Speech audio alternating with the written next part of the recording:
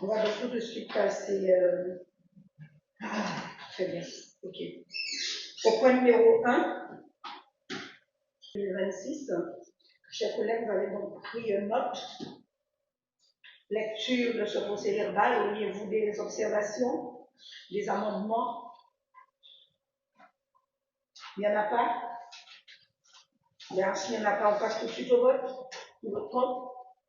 Qui s'abstient? Le PV est donc adopté à l'unanimité. Monsieur Eustache a tout de suite la parole sur l'axe 2, point numéro 2, autorisation à donner au maire pour procéder à la réforme de véhicules, engins et matériels divers de la ville. Il a la parole. Oui, bonsoir à tous. Périodiquement, les services de la ville procèdent au recensement des biens inutilisables ou détériorés présents dans les différents bâtiments communaux. Ces biens doivent être réformés avant toute alignation par destruction, dont au vote. Après examen lors de la séance du 11 février 2026, la commission de réforme a émis un avis favorable pour leur retrait à l'inventaire. Compte tenu de leur état, ils sont rendus aux enchères publiques, soit détruits lorsqu'aucune valorisation n'est possible. Pour des raisons de sécurité, certains biens ne peuvent pas être donnés à des associations. Il est donc proposé au conseil municipal d'approuver leur réforme ainsi que leur mode d'annulation. Vous êtes donc demandé de bien vouloir en déléguer. Merci, Laurent. Merci à toi pour la présentation de ce point. Chers collègues, auriez-vous des observations sur ce point qui veut que chaque fois que nous ayons du matériel à mettre en réforme, que nous puissions passer devant le conseil municipal. Vous avez reçu en annexe les différents, je dirais, les engins ou matériels qui sont concernés par cette mise en réforme. Des questions? Des observations? Il n'y en a pas? S'il n'y en a pas, on passe donc au vote. Qui vote contre? Qui s'abstient? Le point est donc adopté. On va excuser M. Eustache qui doit représenter la ville au conseil syndical du CIMEG. Bon travail.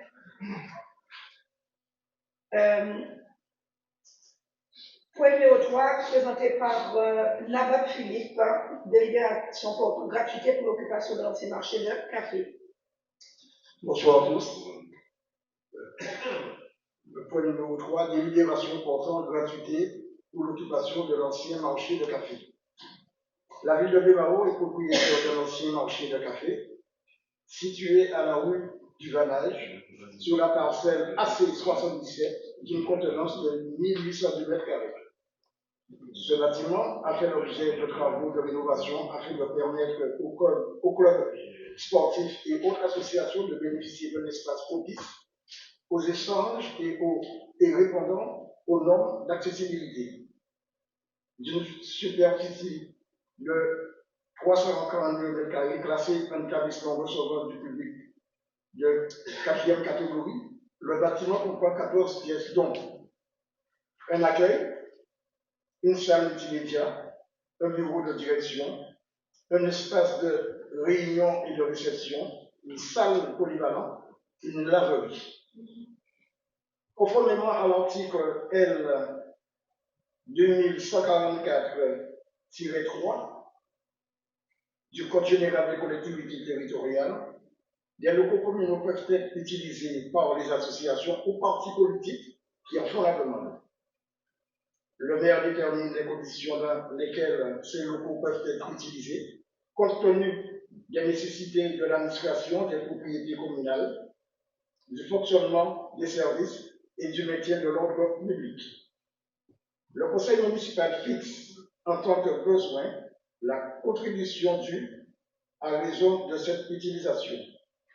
Par ailleurs, le législateur a posé le principe suivant lequel l'autorisation d'occupation ou d'utilisation d'un bien public peut être délivrée gratuitement aux associations à but non lucratif qui concourent à la satisfaction d'un intérêt général, article L 2125-3 du Code général de la propriété des personnes publiques. La destination première du site est l'utilisation par les associations sportives, mais La commune pourra se réserver le droit d'utiliser en partie ce local pour des réunions, pour son propre compte ou pour le compte d'associations ayant un objet différent. Il est donc proposé au conseil municipal d'arrêter le principe de gratuité pour l'occupation ou l'utilisation de l'ancien marché de café par les associations qui portent un projet d'intérêt général. Il vous est demandé de bien vouloir en délibérer. Très bien, merci, chers collègues. Des observations, des questions sur ce point? On passe donc aux voix. Qui vote contre? Qui s'abstient? Le point est donc adopté. Approbation du compte rendu financier de clôture relatif à l'opération de construction d'une piste d'éducation à la sécurité routière. Pierre Benutelo. Merci Madame le maire, bonsoir à tous. Donc afin de réaliser la piste d'éducation à la sécurité routière, donc la ville a décidé de signer une convention avec la CEMAC. Et donc c'était dans le but de vraiment de sensibiliser les enfants, donc cette PESR, enfants de 8 à 15 ans, au danger de la route et en tant que passager de véhicule, en tant que piéton et également en tant que rouleur, cycliste, conducteur de voiturette et autres cycles. Alors, il faut savoir aussi qu'avec nos 13 établissements scolaires et les 2 collèges, donc la ville a souhaité vraiment participer pleinement à la sécurité de ses habitants. La réalisation d'un outil pratique donc à l'éducation à la sécurité routière entre dans cette politique. C'est ainsi que cette opération a vu sa réalisation confiée à la CEMAC pour un montant global de 2 623 643 € et 91 centimes TTC. Alors, ce nouvel outil contribue à la formation des plus jeunes, comprend donc une piste constituée d'une voirie possédant des différents types d'intersections, des plateaux surélevés, des arrêts de bus et un ensemble de signalisation horizontale et verticale. Un préau extérieur, un bâtiment administratif de 300 mètres carrés avec une salle multi-usage, des bureaux, un local technique pour le stockage et l'entretien du matériel et des sanitaires. Alors aujourd'hui, donc, les travaux sont terminés, réceptionnés et le bâtiment a été mis en service depuis 2022. Donc afin de clôturer cette opération, il vous est demandé de bien vouloir donc en délibérer. Alors je rappelle que cet outil, donc c'est un outil formidable parce qu'il sert beaucoup donc à la ville de Memao, mais c'est un outil qui a une dimension donc régionale et il fait notre fierté puisque nous avons beaucoup d'actions qui se font donc à la PESR et vraiment je vous invite tout un chacun à y passer. C'est vraiment important de voir comment on arrive à sensibiliser les jeunes donc à travers cet outil. Voilà, merci Madame le maire, donc j'en ai terminé. Très bien. Sur cela, pour les questions, chers collègues, c'est à peu près, nous avons pour l'habitude de valider ce type de délibération. Pour cette fois, il s'agit de l'aménagement tel que la PEC. Auriez-vous des questions, des observations? Il n'y en a pas? Très bien, on passe au vote. Qui vote contre? Qui s'abstient? Le point est donc adopté. Pour une question, peut-être plus dans les embouteillages. Alors, je vais. Je vais le faire. Voilà. Donc, chers collègues, nous avons pour habitude de prendre ce type de délibération. Il s'agit d'une délibération qui porte sur l'approbation du compte rendu annuel des opérations telles que l'ARH de Chaldière et le César. Alors, vous le savez, nous avons signé une convention d'aménagement avec la CEMAC à la date du 31 octobre 2002 dans le cadre de la rénovation de l'extension de l'habitat insalubre. 2 quartiers sont concernés, le quartier Chaldière et le quartier de César, bien sûr avec l'appui de l'État. Conformément à l'article L300-5 du Code de l'urbanisme, la CEMAC nous fait parvenir un compte rendu annuel, bien entendu, CRACL, présentant une descriptif physique et financier du 31 décembre 2024, ainsi que l'avancement de l'opération. Au vu donc de l'avancement de cette opération, On nous a donc fait parvenir un nouveau bilan financier prévisionnel et celui-ci vous est proposé dans le tableau. Donc, vous avez donc pris connaissance de ce tableau avec les montants globaux qui sont présentés. En montant global TTC, vous avez 15 724 947 €. La participation de la ville comme suit à l'opération qui sont toujours modifiées. Avec les participations financières, 5 350 545. L'apport foncier, 888 258. Participation pour la cession du foncier régularisé et rétrocession, 127 305 pour un total de 6 426 107. La répartition pluriannuelle prévisionnelle de la participation de la ville est donc la suivante. Je ne vais pas tout décliner. Tout simplement, vous avez des montants de participation qui vous sont présentés dans le tableau qui suit. Il vous est donc demandé de venir voir en délibéré. Auriez-vous des questions, des observations là-dessus? Pas de questions dans l'observation? On passe au vote. Qui vote contre? Qui s'abstient? Le point est donc adopté.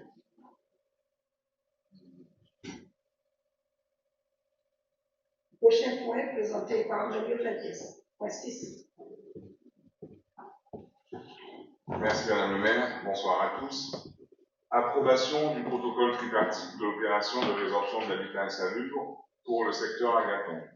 En 2001, une étude de requalification du bourg a mis en évidence le caractère insalubre du bourg de la commune. Aussi, en 2002, l'État et la commune se sont engagés dans une opération de lutte contre l'habitat insalubre LHI.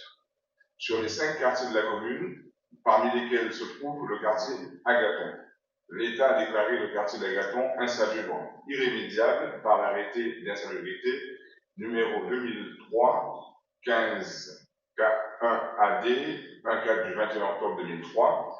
La ville a confié cette opération à la CEMAG en concession d'aménagement pour les 3 phases à réaliser. Cette opération n'a pas fait l'objet d'une convention cadre et l'État a accordé des subventions de montant de 8 956 € et 03 centimes hors taxes. Aujourd'hui, il convient de régler administrativement et juridiquement la clôture de l'opération en approuvant le protocole tripartite de l'opération de résorption de l'habitat insalubre du secteur Agathon entre l'État, représenté par l'ADEAL, la CEMAG et la ville de Bémao. Ceci permettra à la ville de poursuivre la régularisation foncière et la vente des lots nus comme présenté au préalable. Il vous est demandé de bien vouloir délibérer sur les éléments qui vous ont été communiqués. Merci. Merci, chers collègues. Là, il s'agit de l'approbation du protocole. Auriez-vous des questions, s'il vous plaît? Des observations? Il n'y en a pas? On passe au vote. Qui vote contre? Qui s'abstient? C'est donc adopté. Chazi Sirani a la parole pour le point numéro 7. Merci Madame le maire, bonsoir à tous. Ce point numéro 7, il s'agit de l'approbation du protocole d'accord transactionnel de l'opération de résorption de l'habitat insalubre secteur Fonds Araok également. Approbation du solde de financement de l'État de la tranche 2, phase 2 de la RHI Fonds Araok. La ville s'est engagée dans une opération de résorption de l'habitat insalubre et d'aménagement sur le quartier de Fonds Araok. Une convention publique d'aménagement a été signée et notifiée le 17 juillet 2002 entre la ville et la CEMAG dans le cadre de la réalisation de l'opération. L'État a accordé des subventions de montant de 4 856 878 et 44 centimes. 5 conventions financières ont été signées entre 2003 et 2012. L'opération a été financée à hauteur de 80% du déficit pour un total de subventions payées de 4 708 705 et 57 centimes hors somme de l'arrêté 201-4-41. Les 3 tranches de cette RHI sont maintenant terminées. Aujourd'hui, il convient de régler administrativement et juridiquement la clôture de l'opération en approuvant le protocole d'accord transactionnel de l'opération de résorption de l'habitat insalubre, secteur Fonds Aroc, et le solde de financement de l'État sur la tranche 2, phase 2, entre l'État, représenté par la DEAN, la CEMAC et la ville de Bienmarok. Ce qui permettra à la ville de poursuivre la régularisation foncière et la vente des lots nus comme présenté au préalable. Il vous est demandé de bien vouloir délibérer sur les éléments qui vous ont été communiqués. Merci de votre écoute. Merci, chers collègues, pour la présentation du point. Des questions, des observations? S'il n'y en a pas, on passe au vote. Qui vote contre? Qui s'abstient? C'est donc adopté. Katia Théodore Métoni a la parole pour le point 8, mise en place d'un dispositif d'utilisation de drones par les agents de la ville de Bénard. Merci. Bonsoir à tous. Merci, Madame le maire. Alors, dans ce rapport qui vous est présenté aujourd'hui, il concerne la mise en place d'un dispositif communal d'utilisation de drones par les agents de la ville dans le cadre de la modernisation de nos outils et de nos méthodes d'intervention. La collectivité s'est d'ores et déjà dotée de moyens nécessaires avec l'acquisition de 4 drones et la formation de 6 télépilotes permettant d'engager ce dispositif dans les bonnes conditions opérationnelles. L'objectif poursuivi est triple: renforcer l'efficacité et la réactivité des services municipaux, améliorer la sécurité des agents lors des interventions techniques parfois complexes ou à risque, et disposer d'un outil d'observation et d'aide à la décision rapide et objective. L'utilisation de ces drones s'inscrira strictement dans le respect du cadre réglementaire applicable, qu'il s'agisse de la réglementation aérienne nationale et européenne, des règles relatives à la sécurité des personnes et des biens, ainsi que du règlement général sur la protection des données et des recommandations de la CNIL. Sur le plan organisationnel, il est proposé de structurer le dispositif autour de la désignation d'un responsable du programme garant de la conformité et de la sécurité réglementaire, de la nomination d'un pilote référent chargé de l'encadrement technique et du partage d'expériences et de la mise en place d'un suivi régulier de l'activité, assorti d'un bilan transmis à la Direction générale des services. Alors, il faut savoir que le référent drone et responsable proposé, c'est M. Fabien Dimon, et le télépilote référent, M. Manuel Maurice. Dans une phase initiale, les missions confiées au dispositif porteront principalement sur l'inspection des bâtiments et d'ouvrages communaux, le suivi de chantier, le constat visuel de dépôts sauvages, l'observation de zones naturelles ou à risque, ainsi que la reconnaissance et l'évaluation des dommages à la suite d'événements naturels majeurs, afin de faciliter la priorisation des actions de secours. Il est important de préciser que ces missions répondent exclusivement à des finalités techniques et d'intérêt public, à l'exclusion de toute surveillance ciblée de la population. Une information du public sera par ailleurs assurée par les supports de communication appropriés. Au regard de ces éléments, il vous est proposé de valider l'organisation et l'encadrement du dispositif drone communal, d'autoriser sa mise en service opérationnelle et de mettre l'engagement d'une phase de fonctionnement encadrée assortie d'un bilan. Il vous est demandé, chers collègues, de bien vouloir en délibérer. Je vous remercie de votre écoute. Merci à toi, chers collègues, pour la présentation de ce point. Voilà, donc notre dispositif nouveau pour l'activité de la collectivité, et particulièrement usage sera fait par les agents de la ville. On vous a décliné un petit peu le périmètre ainsi que les missions, ainsi aussi également que le cadre qui devra être respecté. Voilà, les questions, les observations. Je suis juste curieux de savoir, est-ce qu'il y a d'autres collectivités qui bénéficient de ce dispositif, ou nous sommes peut-être, voilà, donc la première commune à initier cette opération. Oui, en Guadeloupe, oui, tout à fait. Je n'ai pas l'information, mais si je crois savoir, on va être très certainement la première collectivité. Mais je ne peux pas m'avancer en disant ce soir que c'est la catégorie, puisque nous n'avons pas très certainement d'autres. Fabien, est-ce que tu as des éléments s'agissant des autres collectivités? Oui, bonsoir Madame le maire, bonsoir les élus. Alors effectivement, il semble que la ville de Sainte-Rose ait initié ce genre d'initiative il y a quelques mois. Je prendrai contact avec eux pour bénéficier de leur expérience également. Et on serait la deuxième du coup. Très bien. Alors du coup, voilà, nous sommes la deuxième ville à mettre ça en place. Très bien. Réponse est bien. D'autres questions, chers collègues? Observations? Il vote contre alors, qui s'abstient. C'est donc adopté. Merci. Nous passons à l'acte citoyenneté, solidarité, animation du territoire, avec un dispositif que nous validons chaque année, démarre aux vacances school, qui se tient dans le cadre des vacances, vous avez compris, et c'est un dispositif qui se fait en faveur de la jeunesse. Donc on est sur une phase de renouvellement avec plusieurs objectifs qui sont à retenir, tels que consolider le lien social, créer des moments de partage et de convivialité, encourager la pratique d'activités sportives, mais également culturelles.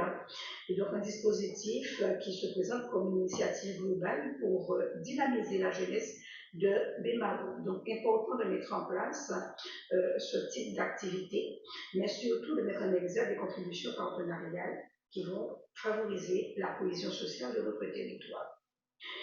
Ce faire, vous avez donc des associations qui ont l'habitude d'être des partenaires, d'associations à la fois qui sont sportives et culturelles, qui répondent comme chaque année depuis de nombreuses années d'ailleurs, puisque ce sont des dispositifs qui existent depuis tantôt. On a vu un petit peu l'évolution des noms, avec un certain nombre d'actions nouvelles qui se sont greffées aussi également. Des acteurs institutionnels qui accompagnent aussi le financement de ces activités, des acteurs tels que la caisse d'allocation familiale, bien sûr le conseil départemental, le conseil régional, d'autres, et aussi que les services de la ville qui encadrent et qui permettent à ces actions, par leur expertise, à ces actions de pouvoir se tenir. Donc les activités seront réparties sur l'ensemble du territoire bémarossien et particulièrement dans les quartiers.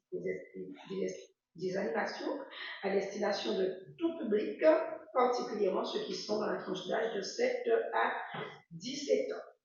Bien entendu, y participe la direction de l'animation culturelle et du patrimoine immatériel, la direction de la jeunesse et des sports via son service animation sportive. On propose aussi également, par le biais de son service de jeunesse, bien sûr, vous l'avez compris, un certain nombre d'actions pour les jeunes en direction de 14 à 17 ans. Des animations aussi à destination d'un public spécifique identifié avec la direction de l'enfance, de la famille et de la cohésion. Les postes de dépenses, chers collègues, vous les avez, donc animation jeunesse, plus de 80 000 euros, 80 505, animation culturelle, 39 545, animation CLSPD, 65 000, animation centre social, 22 500, recrutement de saisonniers, à temps non complet, c'est comme 5 000, ainsi que des travaux d'intérêt collectif qui vont coûter 27 568 000 euros et 35 centimes. Tout cela pour un coût 36 centimes. Tout ça pour un coût total de 290 518 euros et 36 centimes. Vous avez donc un budget prévisionnel qui vous est donc proposé.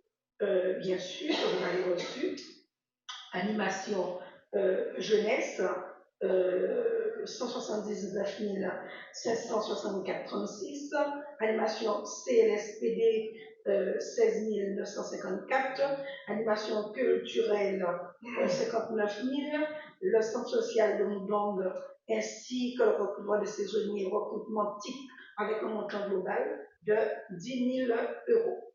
Alors, opération partie financée, je l'ai dit tout à l'heure, mais par des partenaires, caisse d'allocation familiale, conseil régional, conseil départemental, des dépenses qui seront imputées au chapitre 01 du budget primitif de 2026. Il vous est donc demandé de bien vouloir en délibérer. Voilà, chers collègues, pour la présentation du plan. Des questions, des observations? Donc, je n'ai pas énuméré, puisqu'on a l'habitude de voir un petit peu quelles sont les activités qui se, particulièrement dans le domaine du sport, où les enfants font du foot, du kayak, tennis, athlétisme, des sorties en pleine nature. Donc, tout ça, vous avez reçu. Donc, les détails, je vous laisse le soin de pouvoir les regarder. Des questions, des observations? S'il n'y en a pas d'autres, on va passer aux voix. Qui vote contre? Qui s'abstient? Le point est donc adopté. Ressources humaines, point numéro 10, est-ce qu'elle a pu arriver, Jacqueline Favorinus? Non. Bien. Est-ce que Dalila peut bien prendre en charge? Alors, il y a un souci. Les trois. On en est à. Point numéro 10. Au 10, oui. Donc, Dalila Eustache pour les points numéro 10, 11 et 12. Tu as la parole. Madame Favorinus n'est pas arrivée. Embouteillage, c'est ça? Elle n'est pas là. Tu nous fais une lecture du point numéro 10 et puis voilà. Par délibération du 12 septembre 2023. Par délibération du 12 septembre 2023, modifiée en 2025, la commune a confirmé l'octroi à chacun de ses agents d'une gratification pour services rendus, consistant en la remise à l'occasion de la nouvelle année de cartes cadeaux d'une valeur de 100 euros et en a fixé les modalités d'attribution. Pour votre complète information, ces décisions à ce jour parfaitement définitives et exécutoires n'ont souffert ni de souffle actuellement d'aucune contestation.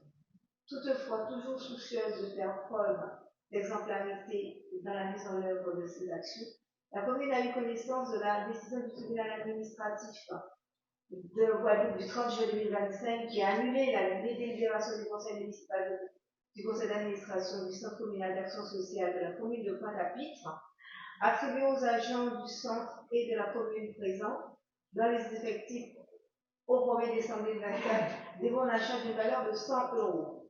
Le juge a relevé que l'attribution de bons d'achat aux agents territoriaux qui n'impliquaient pas de participation des bénéficiaires à la dépense et qui présentaient un caractère nouveau ne pouvait être regardée ni comme une prestation d'action sociale, ni comme un avantage indemnitaire collectivement acquis. Ne pouvant ignorer cette position de la jurisprudence locale afin d'éteindre tout risque avant la présentation du projet en comité social territorial et en conseil municipal, Madame le maire a sollicité l'appui du bureau du contrôle de légalité de la préfecture au titre de sa mission de conseil juridique prévue à l'article L.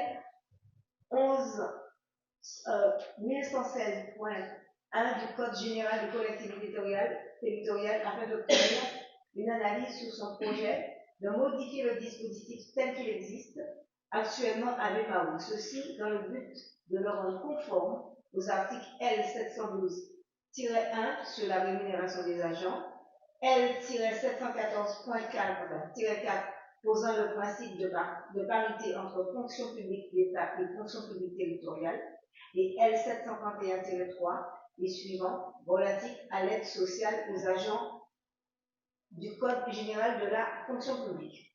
Par courrier en date du 4 décembre 2025, joint en annexe, Monsieur le Préfet a considéré que le projet de modification que la ville lui a soumis n'était pas conforme à la réglementation en vigueur et devait être revu en tenant compte de ces réserves. Au regard des contraintes imposées par l'analyse du bureau du contrôle de légalité, notamment sur la participation obligatoire des agents à la dépense engagée et au montant maximal modique de 30 € auquel devrait s'évaluer la carte par agent, Madame le maire propose au conseil municipal de ne pas donner suite au dispositif d'attribution de carte cadeau aux agents et d'abroger les délibérations 2023 de 0984 du 12 septembre 2023 et la décision du 28 avril 2025. Il vous est donc demandé de bien vouloir en délibérer. Merci, chers collègues. Je poursuis.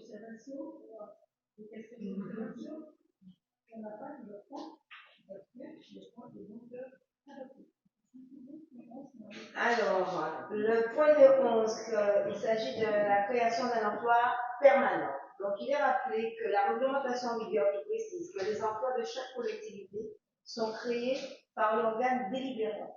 Aussi, dans le cadre de l'actualisation de l'organigramme structurel de la ville, dans sa version du 29 novembre 2023 et de sa mise en œuvre, des besoins ont été recensés pour la bonne marche des services, y compris l'application des avancements de grade et donc nécessite la création des postes. Il est donc proposé à l'Assemblée la création d'un emploi permanent pour le motif suivant. À un adjoint administratif catégorie C, temps de travail 35 heures, nombre de postes 1, donc fonction ou direction gestionnaire RH, GF. Motif, mise en stage. La rémunération et le déroulement de carrière correspondront au cadre d'emploi concerné. Il appartient donc au conseil municipal, compte tenu des nécessités du service, de créer les postes rendus nécessaires au fonctionnement de la collectivité. Il vous est donc demandé, chers collègues, de bien vouloir la délibérer. Des questions, des observations, chers collègues, sur ce point. Nous avons pas l'étude de l'agent et de en stage, la création du poste. Des questions, des observations, il n'y en a pas. On passe au vote. Il s'abstient. Le point est donc adopté. On continue avec un stage point 12. Alors, il s'agit de l'actualisation du tableau des effectifs au 26 février 2026. Chers collègues, la présente modification du tableau des effectifs vise à son actualisation pour prendre en compte les éléments suivants, entre autres. La délibération de ce même jour portant création d'emploi. La nomination. Donc, cette mise à jour du tableau des effectifs permet de le rendre conforme à la réalité de l'organisation de la collectivité. Je vous ai donc demandé de bien vouloir en délibérer. Je vous remercie de votre écoute.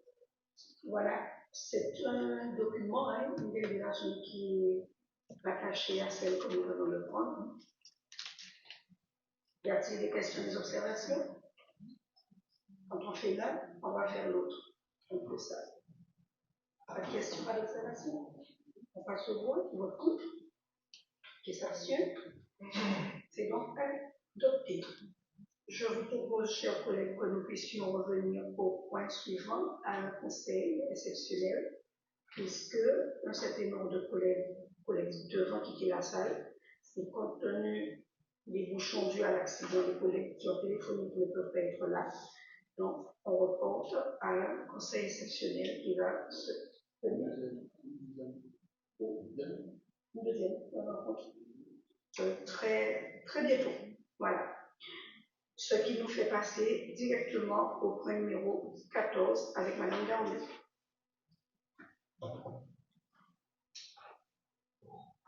Merci Madame le maire.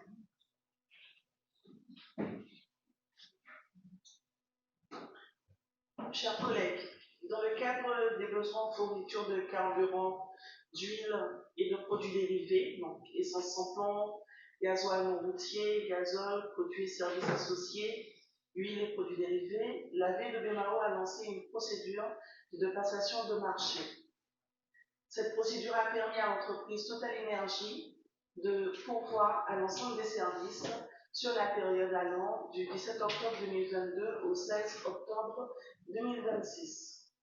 Toutefois, certaines dépenses supplémentaires non programmées, comme le réapprovisionnement régulier de groupes électrogènes, ainsi que la variation à la hausse du carburant, n'ont pas pu être réglées dans la mesure où leur règlement dépassait le montant du bon de commande établi pour l'année 2025 à hauteur de 250 000 euros. La totalité des factures pour cette année 2025 s'élevant à la somme totale de 325 020,45 euros. Aussi, au regard des règles strictes de la comptabilité publique, la fourniture des produits ayant été constatée, les factures étendues, il convient pour la commune de régulariser la situation administrative et financière des prestations effectuées dans le cadre du marché par l'entreprise. Compte tenu de l'importance de la somme due, il est indispensable de faire ce présent protocole dans l'intérêt des deux parties. Le protocole transactionnel qui est dans le dossier portera sur l'indemnisation des dépenses réalisées par la ville et non soldées en 2025. Il fixe les concessions réciproques ainsi que les modalités de sa mise en œuvre à hauteur de 85 431,74 euros. Il vous est proposé, chers collègues, d'approuver le protocole transactionnel et de bien vouloir en délibérer. Merci, chers collègues. Des questions, des observations sur ce protocole?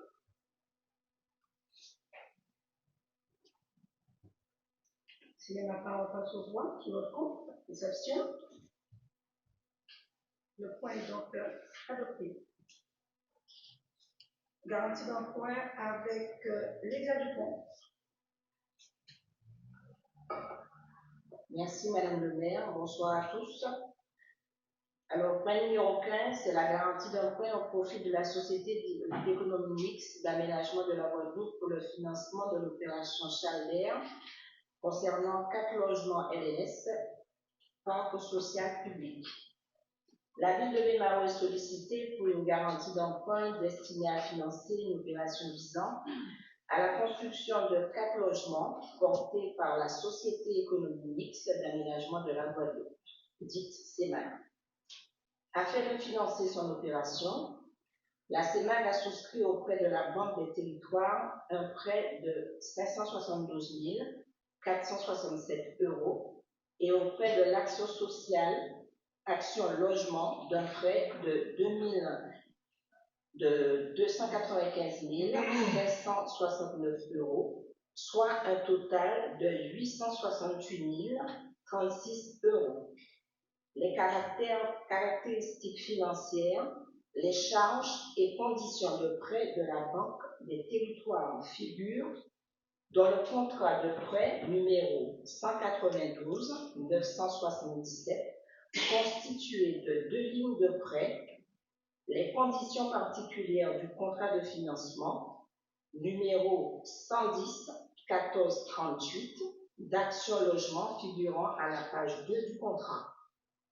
L'obtention de ce prêt est conditionnée par la mise en place d'une garantie d'emprunt de la ville de Bémaro à hauteur de 50%, soit 434 018 euros. Cette garantie d'emprunt serait accordée pour des travaux portant sur des logements sociaux. De fait, conformément aux dispositions de l'article L. 2252-1 du Code général des collectivités territoriales, les ratios prudentiels de plafonnement par collectivité, par bénéficiaire et de division de risque ne s'appliquent pas. Les modèles de délibération spécifiques à chacun des financeurs sont joints à l'annexe de la note. Je vous prie de bien vouloir en délibérer et je vous remercie de m'avoir écouté. Merci, chers collègues, pour la présentation de ce point. Effectivement, vous avez donc les documents qui vous ont été envoyés en annexe, permettent de voir un peu ce qui concerne l'opération. Des questions, des observations?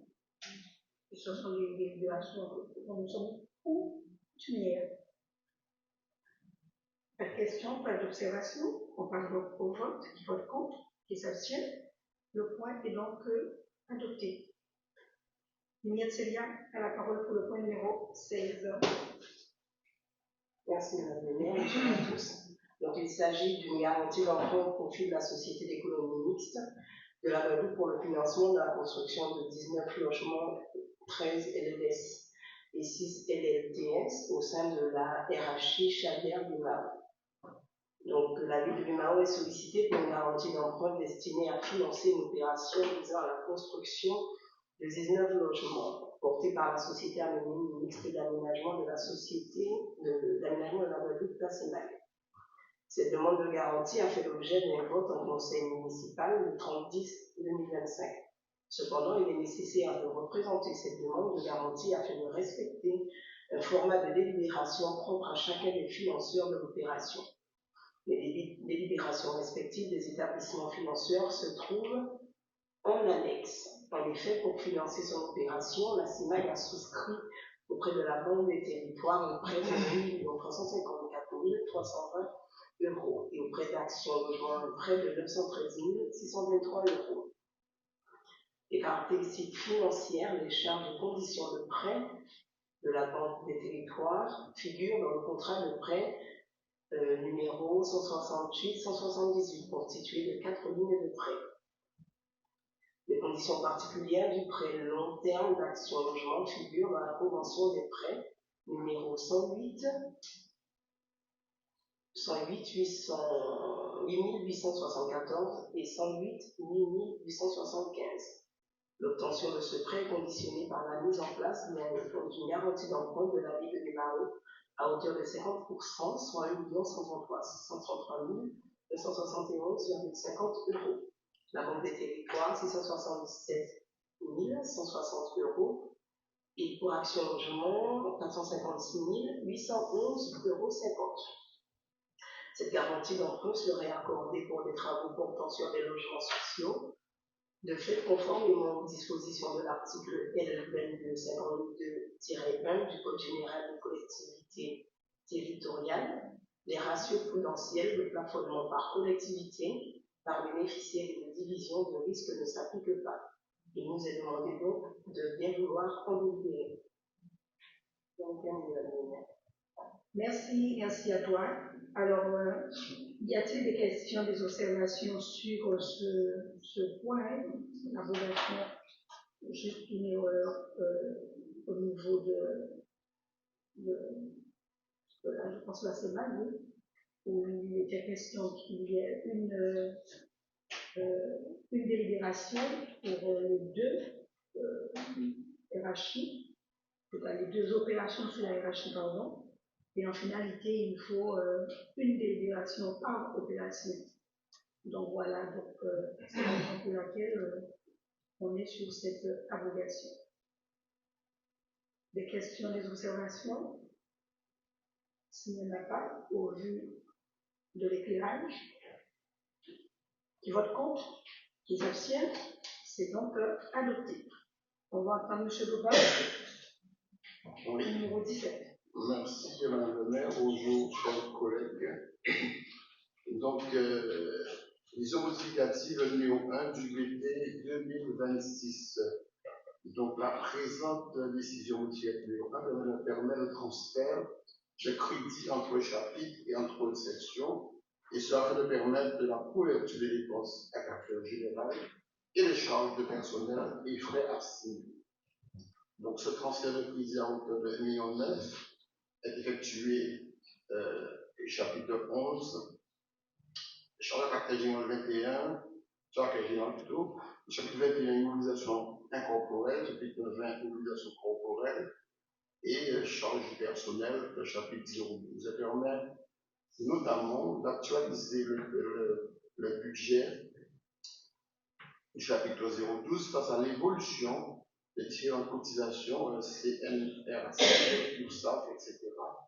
L'évolution du montant de la rémunération principale et l'évolution des allocations ainsi que l'augmentation des charges liées aux apprentis. Donc, cette décision modificative vise donc à réajuster les crédits en section de fonctionnement et en section d'investissement. L'objet global de l'activité s'élève dès lors comme suit. Donc, 2026, budget 2026, c'est 76 596 546 €. et l'ADM numéro 1, 75 000 euros. Donc, en fonctionnement. Et le budget global en fonctionnement établi à 76 671 546 euros. 671 546 euros. En investissement, donc le budget de 2026 était de 14 493 203 et il y a une réduction de 893 446 47 et qui devient désormais un budget global en investissement de 13 599 847. Donc le détail, comme si vous avez reçu, à savoir chaque régisseur général, moins 924 000 euros.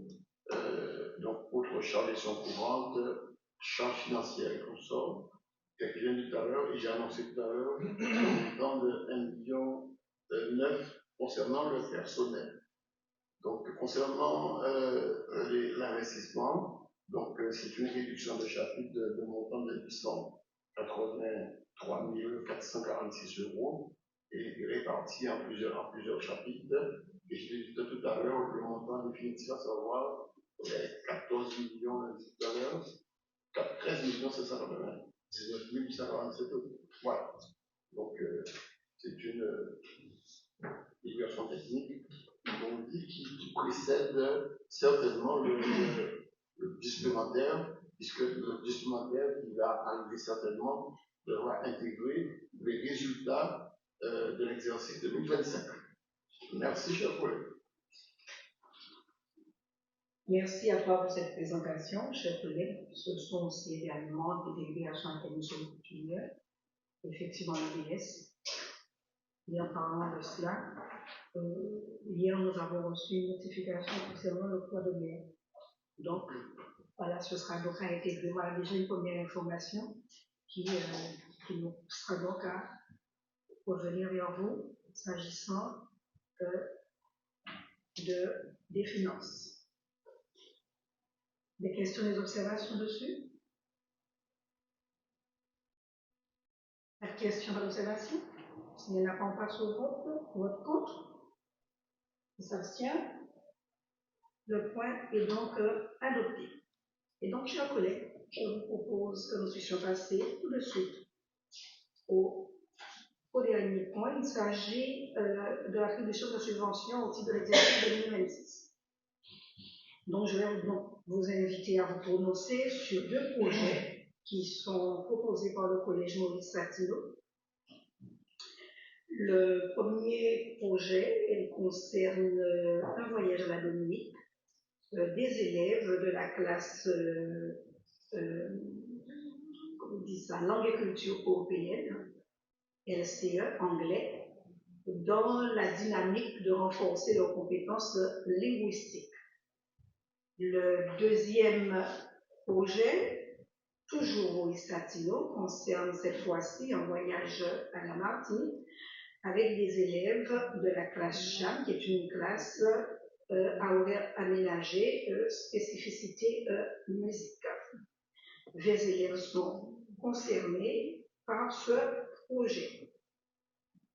Sur le premier projet, donc le projet de la Dominique, je propose au conseil municipal une subvention de 4 000 euros sur ce projet et sur le projet de la Martinique, 1 400 euros. Ça correspond, les propositions correspondent aux demandes, bien sûr, de 1 400 euros, montant demandé, et montant décidé 1 400 euros. Voilà. Chers collègues, auriez-vous des observations sur cela? Des amendements? Il n'y en a pas? Donc on va voter subvention par subvention? Ah oui. Concernant ces voyages, bonsoir à tous. Concernant ces voyages, est-ce qu'il y aura un retour d'expérience de ces classes au conseil municipal? Et j'espère bien qu'on leur fera la demande. D'accord? C'est vrai que lorsque nous organisons avec nos élèves de CM2, nous avons le retour plus spécifiquement, mais là le retour c'est plus dans la partie bilan qui est envoyée. Mais c'est vrai, pas forcément au conseil municipal. Il n'en demeure pas moins. C'est une question qui peut être posée, une demande qui peut être faite. Et à ce moment-là, on invite les enfants à venir jusqu'ici pour pouvoir nous faire le retour de l'expérience sur ces 2 voyages. Ça peut être envisagé. Voilà. S'agissant du premier voyage à la Dominique, pour un montant demandé de 4 000 et une décision à valider de 4 000, en êtes-vous d'accord, chers collègues? Donc, si vous l'êtes, il vote contre, qui s'abstient, c'est donc adopté. Sur le voyage à la Martinique, pour montant demandé par le collège de 1 400 €, je vous propose 1 400 €. En êtes-vous d'accord? Qui vote contre? Qui s'abstient? Tout le monde est d'accord. Et bien voilà. Merci à vous, chers collègues. Madame la maire. Oui. Juste, je peux me permettre? Oui, allez-y. Nous avons le jeune Nicolas. Ah oui. Oui.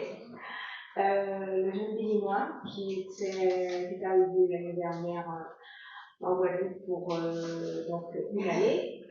Et donc dans le cadre du VSI, donc le volontaire à l'international. Il remercie la ville. Il nous remercie tous de l'accueil qui a été réservé. Et il a pris l'avion ce soir, retour à Cotonou, au Bénin.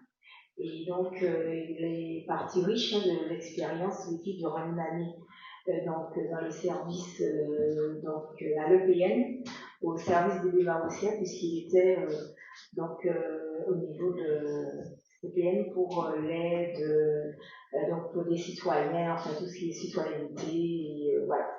Et vous aurez aussi sur le site de la ville donc le retour aussi de vos 2 jeunes Bémarossiens qui sont partis en septembre, donc dans la ville de Cuenca en Équateur, l'un concernant la thématique risque majeur, hein, puisque en Équateur, ils sont un peu comme nous, hein, ils sont le territoire est sujet au risque majeur. Et dans le cadre aussi de la biodiversité, donc pour la jeune Guille et le jeune Romain aussi à Cuenca en Équateur. Et nous avons également une jeune femme qui est arrivée et qui est partie au Cameroun, donc dans le même cadre du BSI, et elle y est depuis le mois de décembre. Et par contre, elle, comme c'est récent, donc on la laisse prendre un petit peu ses marques et nous fera un retour d'expérience et de ce qu'elle vit au Cameroun dans le cadre de la santé et de la télémédecine. Voilà. Nous avons aussi, d'ailleurs, envie de le dire, 2 jeunes filles qui sont partis en France dans le cadre de formation. Et ça se passe aussi très bien. Oui, tout à fait. Donc, c'est toujours bénéfique pour nos jeunes d'aller voir ce qui se passe ailleurs, d'apprendre, c'est enrichissant et de revenir. Donc, plein de bonnes choses apprises à l'extérieur et mettre en pratique. Donc, après, c'est toujours un plus sur leur CV. Voilà. Très bien. Merci à Paul Alila d'avoir bien accompagné avec le service jeunesse la mise en œuvre de toutes ces actions concernant les jeunes du territoire de Bémao et le pôle insertion. Voilà, merci à vous. S'il n'y a pas d'autres observations, la séance est donc levée.